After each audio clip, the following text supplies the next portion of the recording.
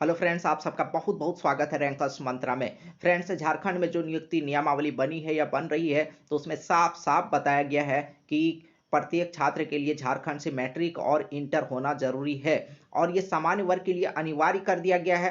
तो जाहिर सी बात है कि सामान्य वर्ग के स्टूडेंट्स को काफ़ी परेशानियों का सामना करना पड़ रहा है कि अगर वे झारखंड के खतियानधारी भी है, झारखंड के निवासी भी हैं, फिर भी जो है उन्हें नियुक्ति प्रक्रिया में भाग लेने में बाधा उत्पन्न हो रही है कि अगर वो उन्होंने झारखंड से मैट्रिक और इंटर नहीं किया है तो वो नियुक्ति प्रक्रिया से वंचित रह जाएंगे। जबकि आरक्षित वर्ग के लिए ये नियम शिथिल कर दिया गया है। तो ये ना सिर्फ यहाँ पर जो मामला है, यहाँ पर मामला है जेएसएससी स्नातक लेवल की जो वैकेंसी है उसके लिए मामला है, लेकिन जेटेट हो या शिक्षक नियुक्ति प्रक्रिया हो, वहाँ भी ये नियम लागू होने जा रहा है। तो सभी नियुक्तियों को प्रभावित करेगा ये। तो देखें क्या यहाँ पर पूरा मामला है।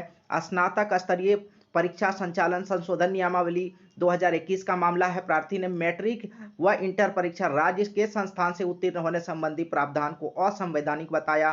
का संविधान के आर्टिकल 14 और 16 का उल्लंघन हो रहा है। साथ ही जो रीजनल लैंग्वेज है उसमें हिंदी और अंग्रेजी को शामिल नहीं किया गया है, सम्मिलित नहीं किया गया है, तो उसे हटाना भी गलत, इसे भी चुनौती दी गई है कोर्ट में। झारखंड हाई कोर्ट ने जेएसएससी स्नातक स्तरीय परीक्षा संचालन संशोधन नियमावली 2021 को चुनौती देने वाली याचिका पर सुनवाई करते हुए राज्य सरकार की ओर से जवाब दायर नहीं करने पर नाराजगी जताई है।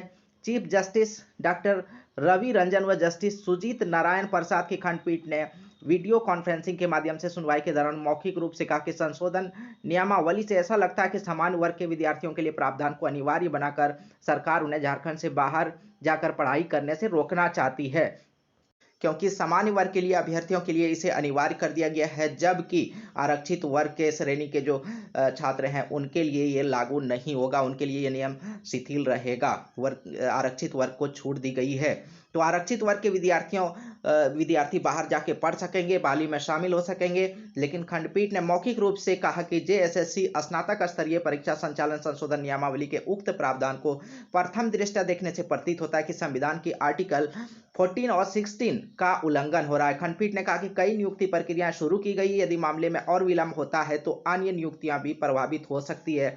ऐसे में क्यों नहीं नियुक्ति प्रक्रिया पर रोक लगा दी जाए। तो एक बड़ी बात कही है यहाँ पर हाईकोर्ट ने कि नियुक्ति प्रक्रिया पर क्यों ना रोक लगा दी जाए, क्योंकि अभी नियुक्तियां शुरू हुई है और कई नियुक्ति आने वाली है। तो फिर और जब तक ये क्लियर नहीं हो जाता है तो रोक लगाने की बात कही है, क्यों ना रोक लगा दी जाए।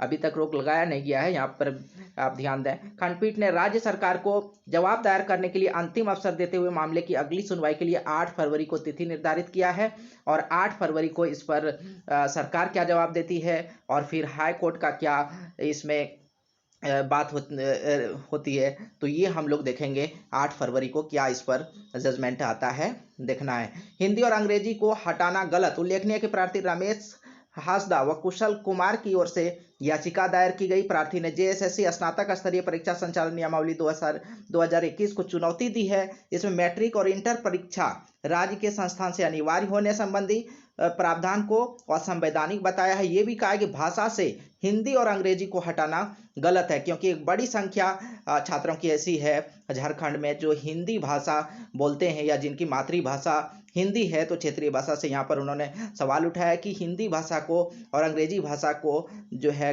रीजनल लैंग्वेज के लिस्ट से हटाना ये भी गलत है। प्रार्थियों ने उक्त नियमावली को निरस्त करने की मांग की है। तो प्रार्थी ने जिन्होंने भी याचिका दायर की है तो उन्होंने साफ साफ कहा है कि ये नियमावली जो है गलत है और निरस्त किया जाए। हाईकोर्ट से गुहार लगाई है, देखना है हाईकोर्ट इस पर क्या एक्शन लेती है। तो फ्रेंड्स, ऐसे ही अपडेट्स के लिए और जेटेट हो या स्टडी मटेरियल्स हो, शिक्षक नियुक्ति से संबंधित किसी भी परीक्षा के लिए, तो बने रह रहे हैं अंकस मंत्रा के साथ। अगर आप चैनल पर नए हैं तो सब्सक्राइब जरूर कर लें। धन्यवाद। जय हिंद।